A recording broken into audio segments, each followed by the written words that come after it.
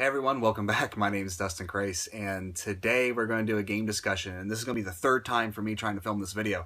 We're going to do a game discussion on Earthbound Beginnings, recently brought out on the Wii U by Nintendo, of course. An old NES game that sadly did not make it to our shores until just a few weeks ago.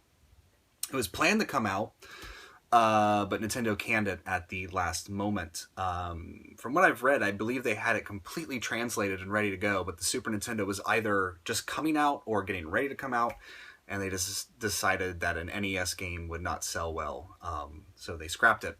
And of course, later on, we got Mother 2, or as it's known over here, Earthbound. Why did I say it like that? I don't know. I'm getting tired from doing this video. But anyway, we got that, and of course, like with many people, it really excited our imaginations as kids, and we still hold dearly to the series today. And finally, Nintendo of America threw us a bone and officially released it on the Wii U eShop.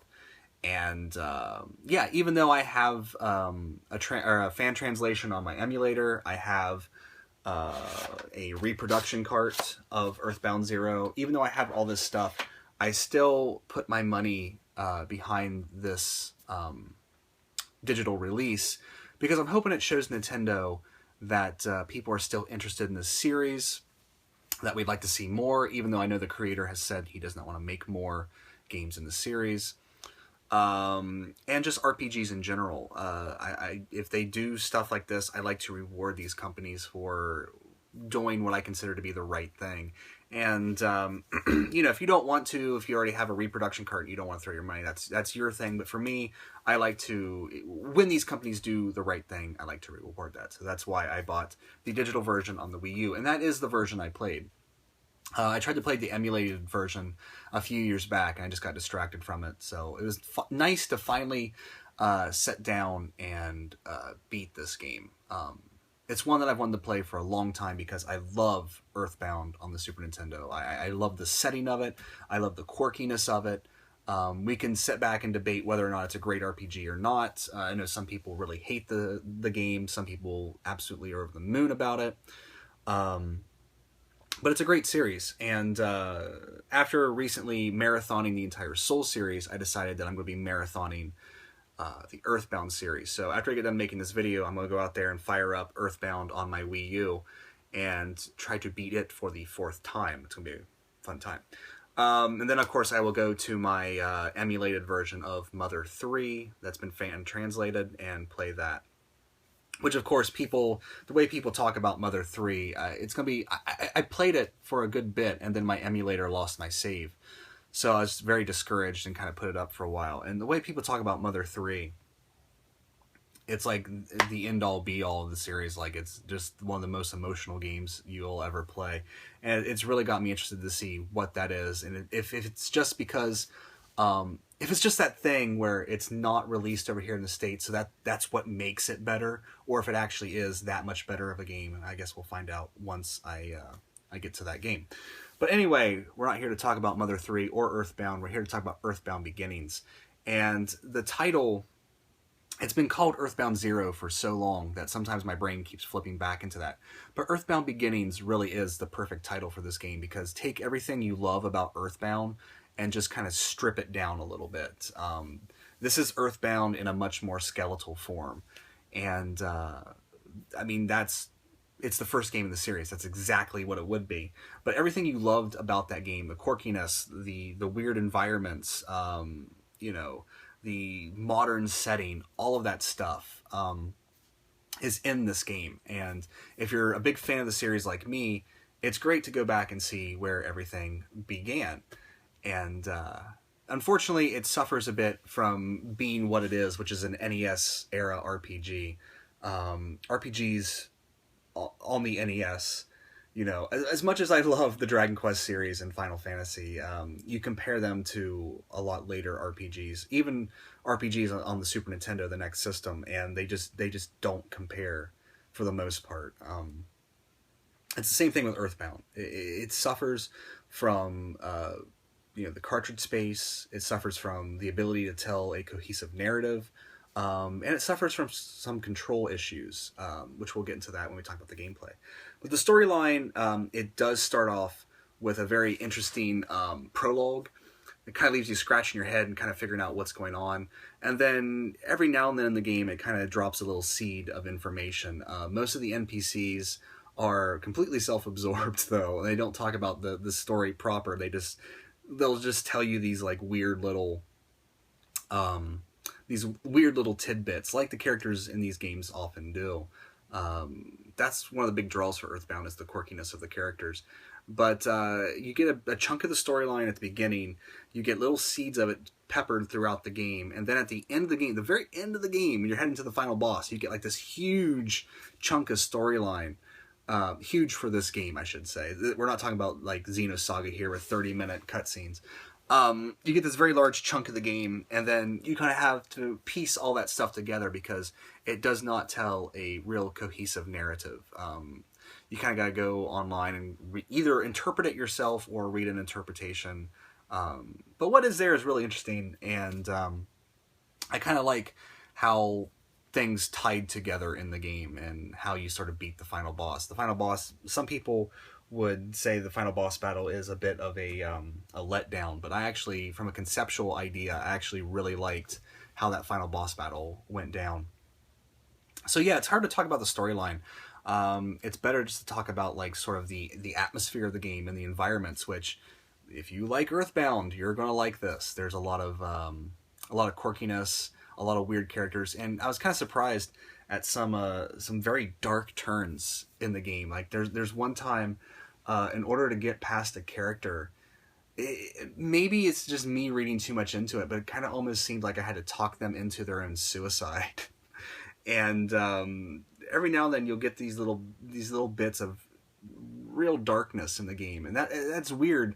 Not only coming from Nintendo, but coming from the NES era. And you know, Earthbound kind of did that too. There was a bit of darkness in the game, you know, kind of peppered through. And from what I've heard, Mother 3 is pretty dark in places. So it's kind of weird to have this very cutesy, very colorful,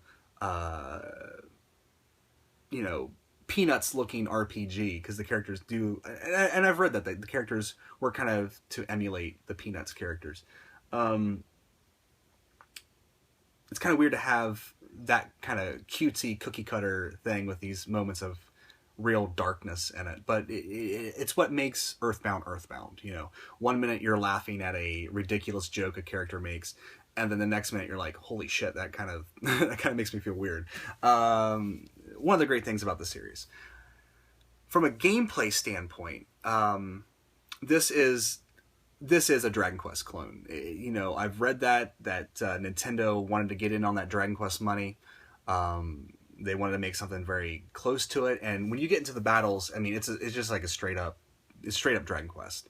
Now, when they got to Earthbound, has a lot more personality to it, but in this game, it's just a straight up Dragon Quest clone. Battles, there's so much to be said about the encounter rate in this game.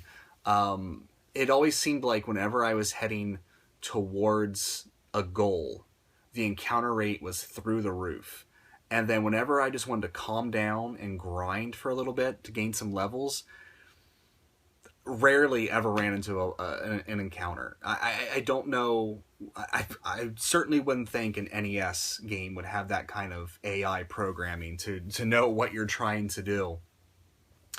But, you know, sometimes you'll take one step and you'll get into an encounter, then you'll take another step and you get into another encounter, and then you can take like half of the dungeon and not encounter anything, and then it's such a weird encounter rate. Like some RPGs, it feels like, you know, every 5 or so steps you get into an encounter, but Earthbound Beginnings, it's so scattershot. Like you'll just be in encounter, then like a half hour and nothing, then encounter, you know. So be advised, this is a NES RPG with a very strange encounter rate that sometimes goes through the roof, and sometimes just, you know, when you want to grind out levels, just pulls enemies away from you. That, you know. Also, the monsters you encounter are, the big thing about this game is it's very unbalanced. It's a very unbalanced game because sometimes you'll meet enemies that just decimate you. There's these continuous attacks that just will wipe characters out because, like, the main character can take hits. Teddy, the gangster, he can take hits. I want to say Jeff, but I don't think I don't think it's Jeff in this game. I think it's something else. The scientist kid can't take a hit worth a damn. Anna, the girl, can't take a hit worth a damn. And the enemies always seem to single these two characters out and just wallop on them. So, you'll encounter some enemies that you just bash away, and they're no problems. And then like the next step is like the most like these bison that are just running around. These are like the most horrific enemies because they just deal massive damage continuously. And there's this grizzly bear that just deals massive damage continuously. And I only died maybe 5 or 6 times in the game, but the amount of times I've had to go back and revive characters, it gets to be a little frustrating because you feel like at certain levels these characters should be able to handle things, and they just don't. They just get beat to hell. But eventually you kind of figure out, which enemies you want to fight and which enemies you want to run away from. And I did a lot of running in this game, probably more than I usually do in RPGs, because it's a lot like Dragon Quest II in a way. You have to fight these gangs of enemies, and they're very tough, and they seem to know exactly how to defeat you. In a lot of ways, Dragon Quest II was really unbalanced like that. You had one strong character that could actually take a hit, and then the other two characters, a slight breeze blows them over and kills them. So if that's annoying to you, if you can't handle that, because a lot of people can't handle these older RPGs, you'll want to steer clear of this one. That being said, if you do get into a situation where you have to constantly revive your characters, it's not that big of a deal because you get this item called the Onyx Hook, which teleports you back to this sort of dream city called Magicent. And you can revive and heal there for free. And you can also do some decent grinding early in the game. So once you get this item, you can go there. And then once you get the teleport spell, you can go back to any town you want, relatively free and clear. The teleport spell, if you've played Earthbound, you need to have a nice track of land to sort of build up, because the characters actually run across the screen until they go so fast they actually teleport. It's kind of an annoying thing, and you can't use the teleport spell everywhere, but maybe that's sort of a balancing thing, so the game maintains some of its difficulty, because once you get the Onyx Hook and the teleport spell, I had zero use for money. Absolutely zero use. There's not very many weapons to buy. You can buy the best armor really early in the game. And most of the really powerful weapons you find in dungeons. So the money, once you start getting like heal spells and the teleport spell and that Onyx Hook, there's really no reason to buy items anymore at all. So your money just kind of builds up and builds up and builds up, and it's not really an issue, which is an okay thing. Levels, I've heard that the original version of Mother 1, the leveling was really awful in it. It took so many experience points to get a level. And then some of the fan translations kind of fixed the experience levels. And I don't know which version this is. It didn't seem like it took an incredible amount of time to gain levels, so I want to say they kind of fixed the experience leveling to make it a lot easier, which in turn makes the game much shorter, especially if you're playing with a walkthrough, which I used every now and then, because this is one of those old school JRPGs that does not tell you what to do next. It's just, explore this pretty massive world, actually. I was actually surprised when I looked at a world map that someone created using all the screens to put it together. I was really surprised at how big the world actually was. It's not so much like Earthbound, where you kind of traverse the entire world and just kind of go to little segments of each place. It's more like if I were to explore my county and the little towns within my county that I live in. So it's more like that. So it actually feels a little bit more like a complete world than Earthbound did, which is kind of cool. Just, you know, kind of going around to the local towns, and then for some reason there's this world-shattering thing in this one little county, in this one little state, in this one little country, you know. But kind of a cool thing, you know. What else in the gameplay? There was something else I wanted to talk about with the gameplay. I talked about the encounter rate, the controls. Oh my god, the controls. This is an old school NES RPG, and I couldn't figure out whether it was interference with my wireless controller from my Wii U or what, but controlling the characters as they walk around the world should not be an issue in an RPG. But it is in Earthbound because it has this weird sort of isometric view, characters can run diagonally, and getting around these caves is such a ridiculous thing because the paths in the caves are so narrow, and for some reason you can press the controls, the D-pad, and the character just won't go that direction. So coupled with the fact that there's a run button, getting around in these dungeons quickly is kind of an awful experience, especially when you factor in that encounter rate, and you might be trying to go right, you know, and your character will just go up.